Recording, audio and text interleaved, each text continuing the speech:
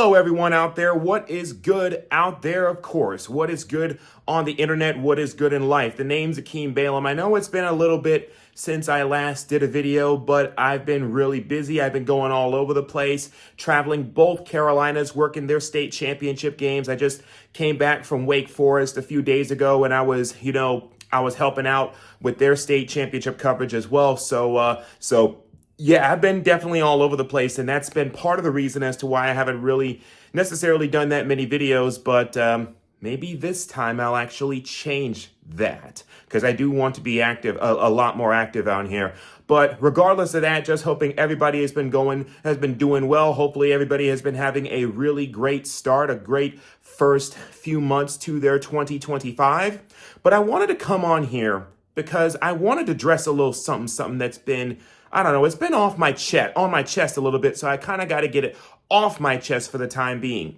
And that is all of this WNBA disinformation that is being spread here on YouTube. It is absolutely out of control. And if you happen to be an account that is watching this video, if you happen to run an account that is watching a video like this, you know exactly who I'm talking about, because more than likely you probably are doing this. Now, the thing is, when I talk about misinformation and disinformation as far as here about the WNBA on YouTube, it usually centers around Caitlin Clark. And at this point, these accounts that are doing this, it's all engagement farming at this point. It's cheap. It is cheap engagement farming. It is just folks who are on here who don't know any sort of actual ways that they can come up with actual creative content here on YouTube. So it's one of those situations where really and truly they figure, all right, let me see if I can ride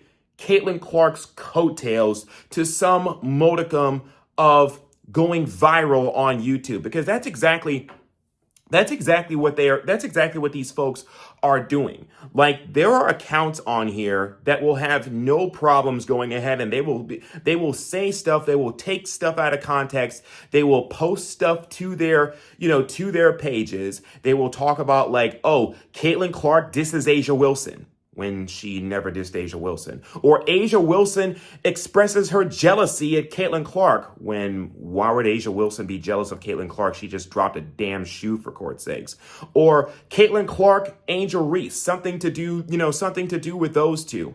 And it's just amazing that this is what is going on with some of these accounts. It is clear engagement farming. It is cheap engagement farming. And what it does is that it kind of diminishes the work of those who are actually doing things the right way, like actually making a concerted effort to actually cover women's basketball, actually cover the WNBA, in an honest way. And there are those on here who definitely do that as well. So, I want to definitely for sure give them their flowers. But all of this engagement farming, and most of it is around Caitlin Clark, and they're still trying to feed this mainstream media induced narrative like, oh, every single other WNBA player in some way, shape, or form has to be jealous of Caitlin Clark because of all of the attention that Clark has brought to the WNBA. Now, there's no denying that Clark has definitely brought a lot of attention to the WNBA. There's no denying that, and Caitlin is more than deserving of her flowers. But a lot of these folks, I can only imagine, probably had a day of mourning when they read Clark's comments to Time Magazine, when basically she said that the league as a whole, the fan base as a whole, needs to do a lot better as far as elevating Black players, because Black players are the backbone of the WNBA. They are the foundation of the WNBA. And in fact, let's also keep it a bean here for those that may have not have forgotten. If you read Caitlin Clark, or if you watch Caitlin's interviews, I know reading comprehension is a challenge for some of these folks, but just saying, if some of these folks were actually to take some time to either watch or read some of Caitlin's interviews, she will say on numerous occasions that the reason as to why she even decided to pick up a basketball is because she grew up watching Maya Moore. She grew up watching Maya Moore. She's from Iowa. Iowa's right next to Minnesota, so she grew up watching Minnesota Lynx games. And Maya Moore is the reason as to why there is even a Caitlin Clark in the WNBA. That Maya Moore and the 4 championships that she won as a member of the Minnesota Lynx is the reason as to why Caitlin Clark even decided to pursue a career in basketball, a career that up to this point has been highly successful, and one can say even game-changing for the WNBA.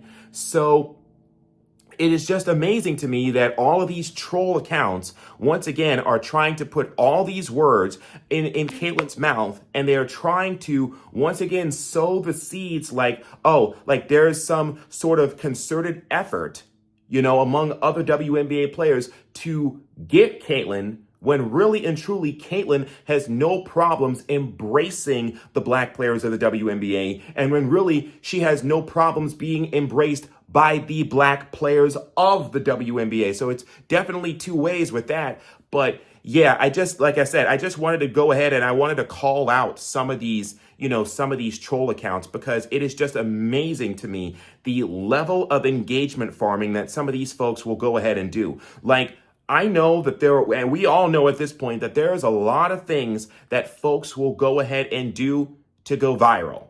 Just so they can go viral, just because, you know, because the problem is that really it's a micro problem. See, YouTube is a micro problem. The real problem lies with outlets like ESPN, because a lot of these troll accounts, and like I said, these folks know exactly who they are. A lot of these troll accounts, a big part of the reason as to why they do it is because they see what ESPN is doing, where they just paid Stephen A. Smith, or they're about to pay Stephen A. Smith another $100 million over the next 5 years. They see what ESPN just did in terms of paying Pat McAfee all the money that they are paying him.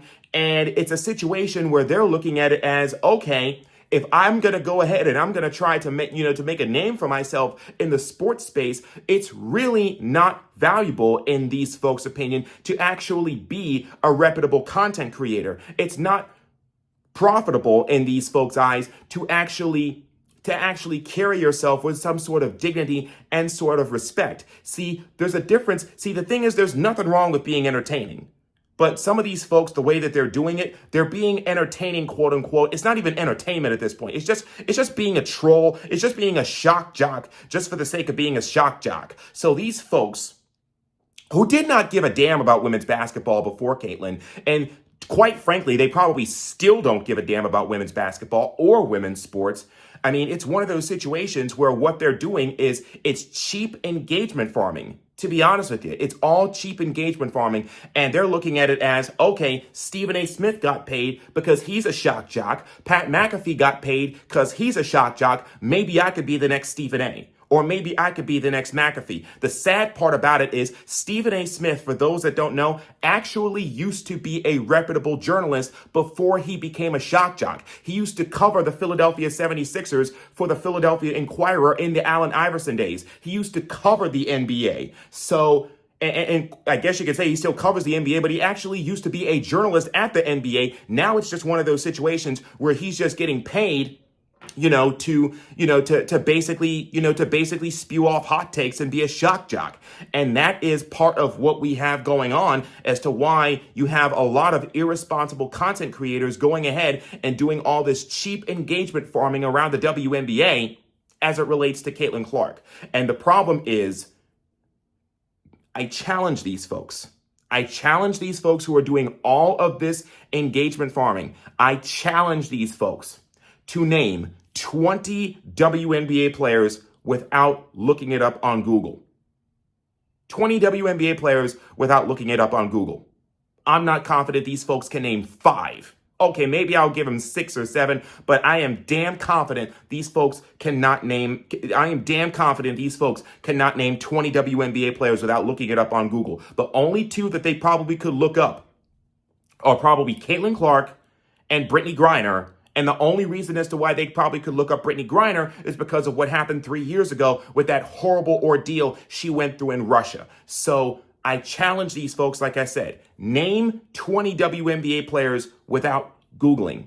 And if you really want to get funky with it, name 20 WNBA players who are not current members of the Indiana Fever. So just wanted to come here and just wanted to call out some of these folks because all they're doing is muddying the waters with absolutely just horrible WNBA discourse. There are folks on here that do great work in terms of covering the WNBA, covering women's basketball the right way. They are all over. You know some of the names: Tyler DeLuca, Ari Chambers, Christina Williams, Miles Ehrlich, Tarika Foster-Brasby.